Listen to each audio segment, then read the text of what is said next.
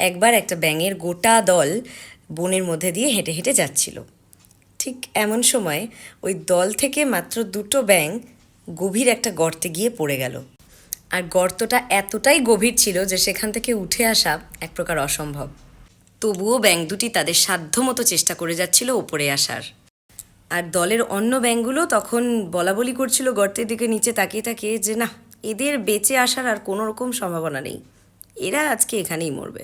কিন্তু ব্যাঙগুলো সেসব কথা কানে না নিয়ে ওরা দুজন লাফিয়ে লাফিয়ে বড় বড় লাফ লাগিয়ে প্রাণে প্রণে চেষ্টা করছিল যাতে ওপরে একটুখানি হলেও মাটিটা ছুঁতে পারে।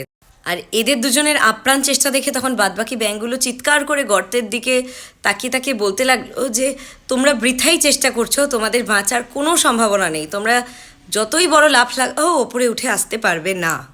গর্তটা এতটাই বড়, মানে এতটাই গভীর যে তোমাদের শুধুমাত্র লাফিয়ে উঠে আসা সম্ভব নয়।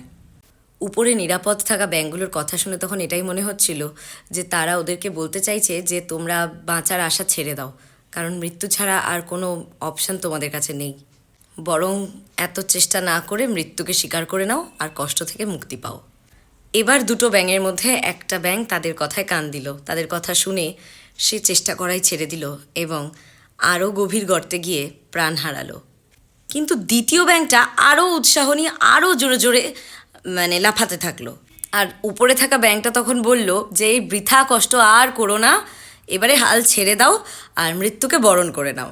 ঠিক সেই সময় একটা লাফে ওই পড়ে থাকা গর্তের চেষ্টা করা ব্যাঙটা ওপরে উঠে আসতে সক্ষম হলো।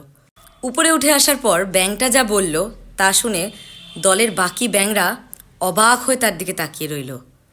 ব্যাঙটি বলল, তোমাদেরকে অসংখ্য ধন্যবাদ, তোমাদের চিৎকার দেখে দেখে আমি ওপরে উঠে আসলাম, কারণ আমার মনে হচ্ছিল তোমরা আমাকে উৎসাহ দিচ্ছ। আসলে আমি কানে শুনতে পাই না, তাই তোমরা কি বলছিলে তা আমি এখনও জানি না, তবে তোমাদের দেখে মনে হলো তোমরা চাইছিলে আমি ওপরে উঠে আসি। তোমরা না থাকলে আমি হয়তো হাল ছেড়ে দিতাম এবং ওই ব্যাঙটার মতো আমাকেও প্রাণ হারাতে হতো। আমি তো কানে শুনতে পাই না, শুধু চোখে দেখে মনে হচ্ছে তোমরা গলা ফাটিয়ে আমাকে উপরে উঠে আসতে বলছো, আর এই উৎসাহটুকুই আমাকে এত বড় একটা লাভ দিতে সাহায্য করলো এবং আমি বেঁচে গেলাম। আসলে মানুষকে যদি তার খারাপ সময়ে এতটুকু উৎসাহ দেওয়া যায় তাহলে সে তার সাধ্যের বাইরে গিয়েও অনেক কিছু করে দেখাতে পারে। আর খারাপ কথা বলার লোক তো থাকবেই, তাদের কথায় কান না দিয়ে নিজের লক্ষ্যে এগিয়ে যেতে পারলেই তুমি সফল। তাই জীবনে চলার পথে এমন অনেক মানুষকে দেখতে পাবে যারা তোমাকে টেনে হিঁচড়ে নিচের দিকে নামিয়ে দিতে চাইছে, বা তোমার উন্নতি, তোমার ভালো কখনোই তারা সহ্য করতে পারে না। তবে তাদের কথায় কান না দিয়ে তোমাকে তোমার কাজটা চালিয়ে যেতে হবে, ব্যাস।